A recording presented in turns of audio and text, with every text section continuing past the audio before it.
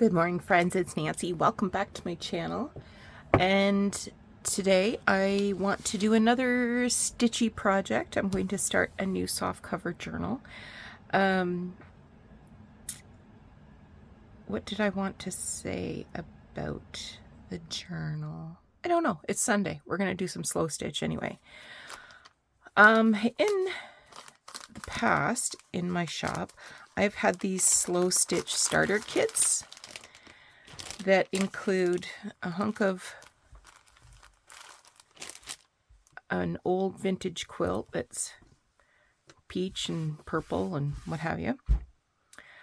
And, well, I might as well show you what else is in here. Got some handmade yo-yos. Got some vintage buttons. These are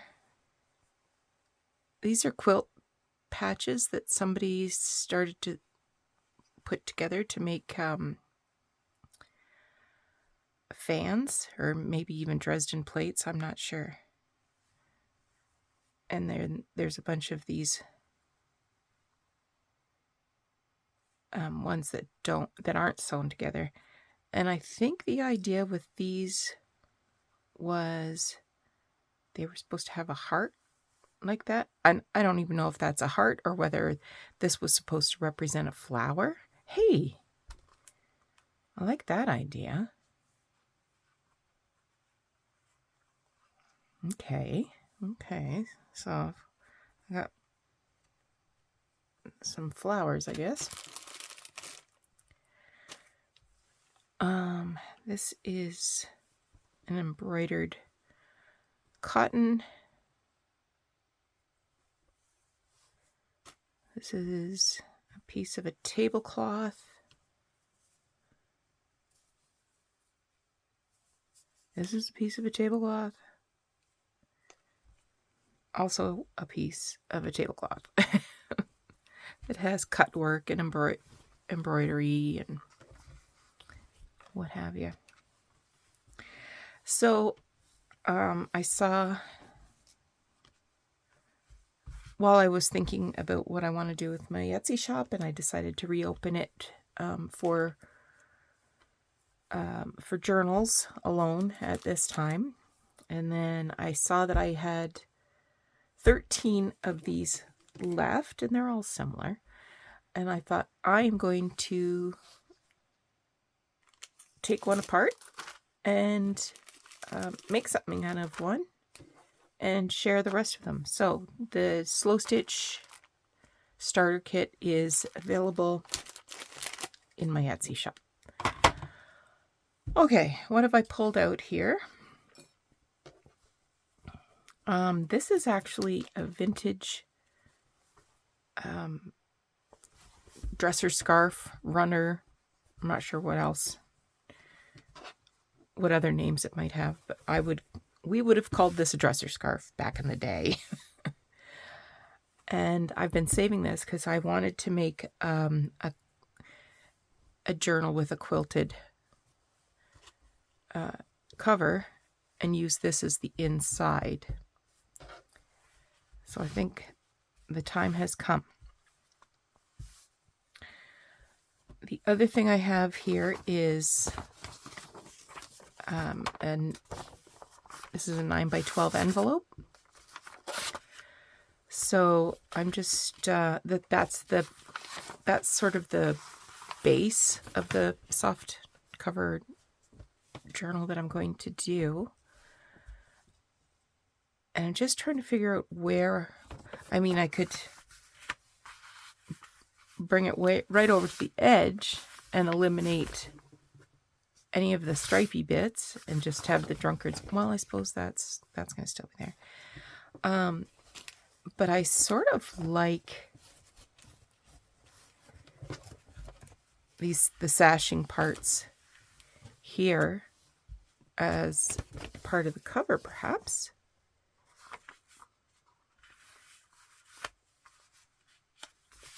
So that's what I'm thinking.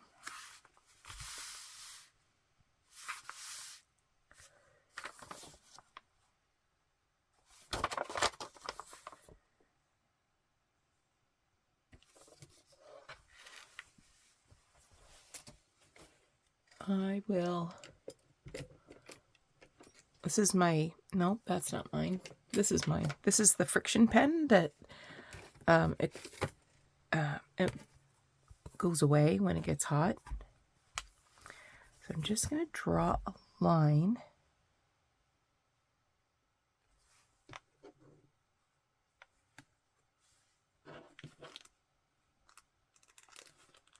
Just by tugging this.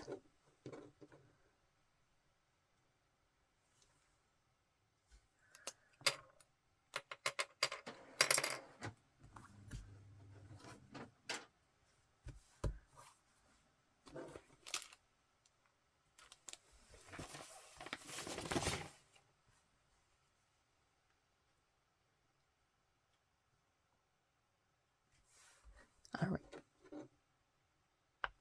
Everybody stay still.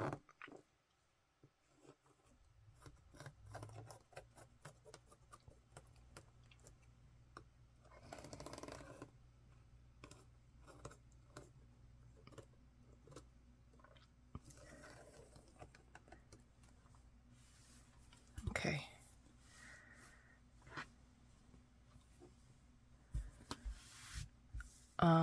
Of course, it doesn't need to be perfectly straight, but that would distress me if it wasn't.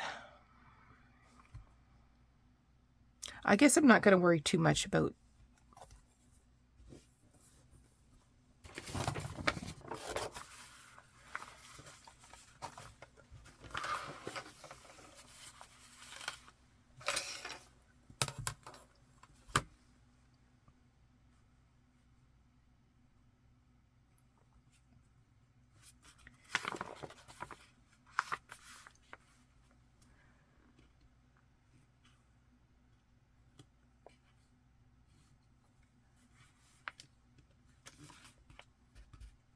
marking the bottom edge too.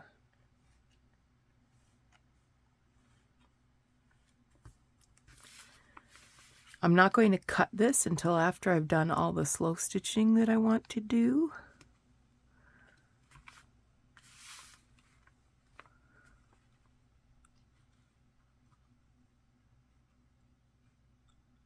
I'm just doing a dashed line because I don't want the nib of the pen to either A, move the fabric, or B, cut the fabric. I mean, this is an old quilt. I was really tempted to get out another quilt that's in my stash. For the novelty of it, I guess. But the plain fabric of this particular quilt really lends itself to adding additional things like other fabrics and trims, so it doesn't get too busy. Okay.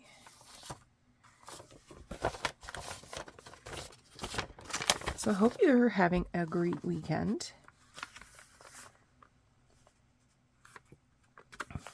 I went over to see the kids' new house. Well, I went over with a sledgehammer and tore down their shed.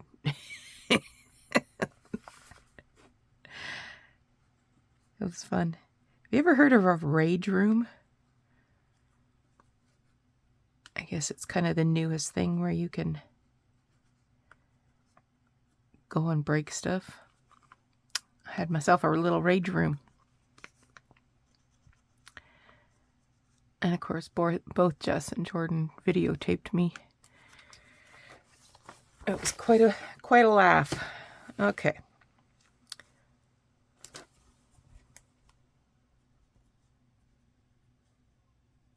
Sounds like the ducks or the geese are headed south. I can hear one honking out there.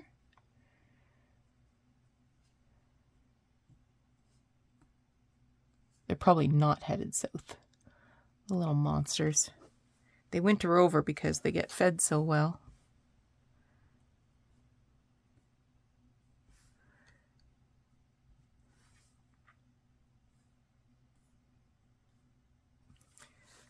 Oh, okay. So let's fold that in half and get a sense of the lay of the land, I guess.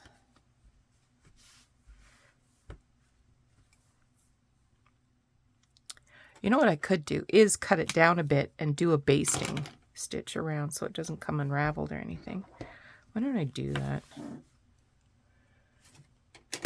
Why not?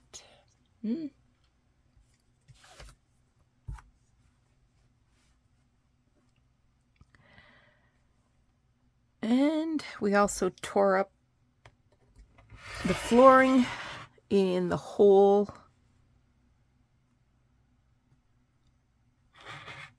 first level of the house. Also fun. I love me a tearing time. I'll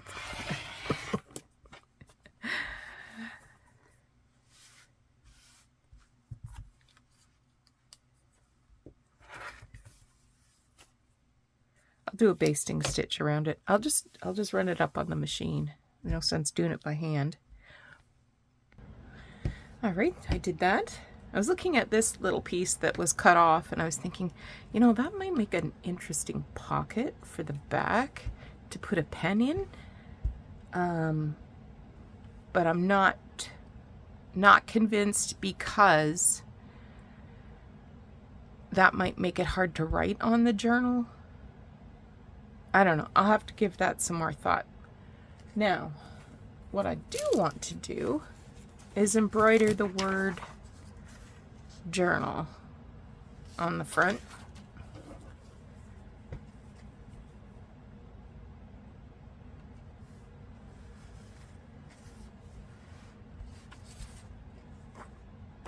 Let's tear some of this off so we can see where it might fit nicely. Now I could do both.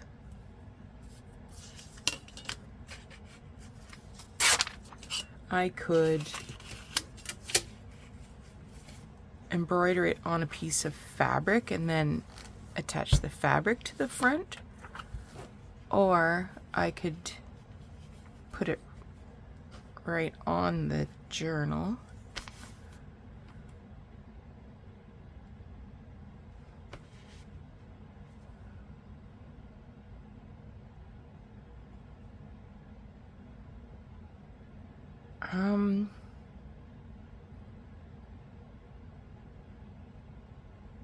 I'm tempted to do it on fabric because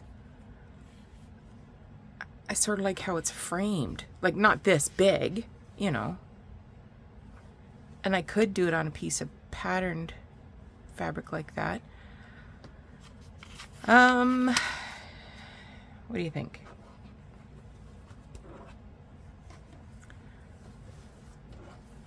Well, let's make sure that we have lots of fabric. I can get 2 out of this for sure. Can I get 3 out of this?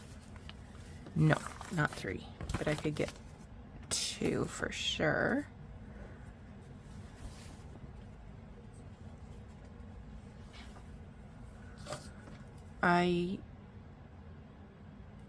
I'm going to take some time to cut this trim off first. Then I will cut the piece that I need for the inside and the piece I need for the embroidery. So I will take some time to do that right now. So I've positioned the fabric on the word journal, and it just worked out this way that there's a little flower bud, little tiny flower there at the beginning of the J and a little flower at the end of the L. I'm just going to take advantage of that. I'm using my friction pen that, again, once I finish stitching this and I iron it,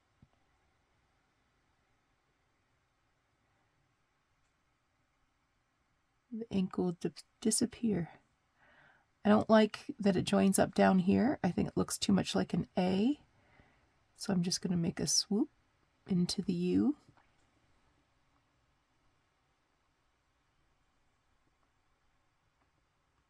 Oh, look, there's a rose right at the top of that U.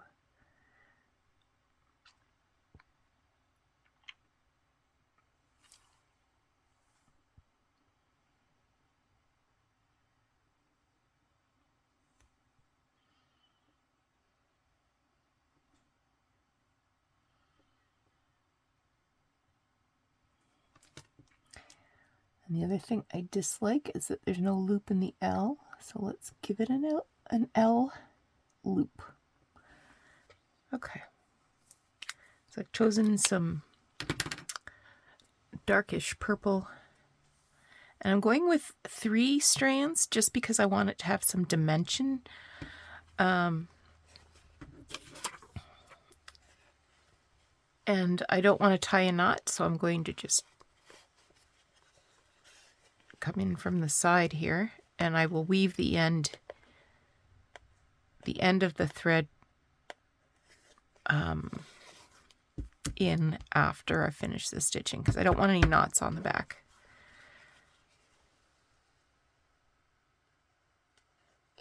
I'm not doing a stem stitch, I'm just doing a back stitch. And I won't show you too very much because I can't see very much.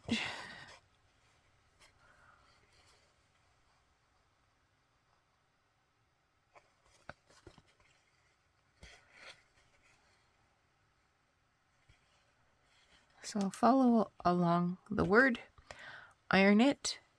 We'll come back and take a look at whether I even like this or not. And if I don't, then I will be stitching the word onto the front itself directly. And I guess I'll have to show you how I transfer the word template onto the soft cover. That might be important to figure out.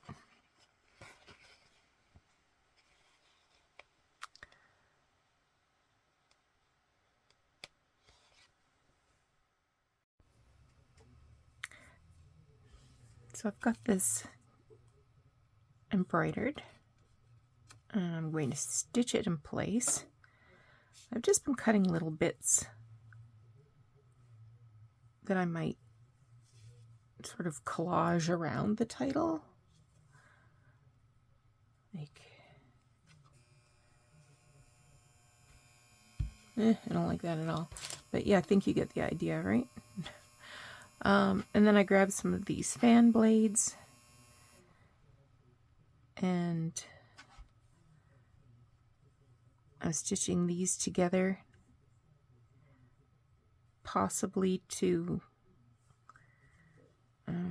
make some sort of a decoration or other. I don't know. But you know, it's possible. I might do something like that. I don't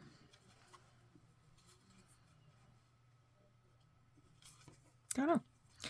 I'm just going to play around with these little pieces for a bit. I also want to do some stitching on the surface of the journal cover. I'm noticing now that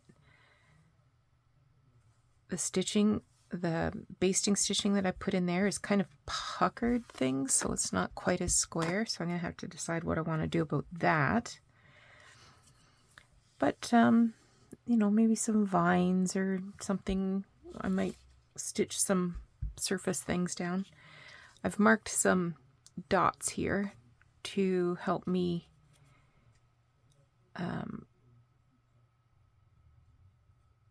put some embroidery around the title, the book plate, I guess it is. we'll see. Anyway, I hope you thought this was kind of a fun start to a different project. It's kind of nice to do something free-flowing. You don't have to have a real secure idea about how it's going to turn out. So come back again. We'll tackle some more of this sort of a long-term project, and we'll talk to you again soon. Take care. Bye-bye.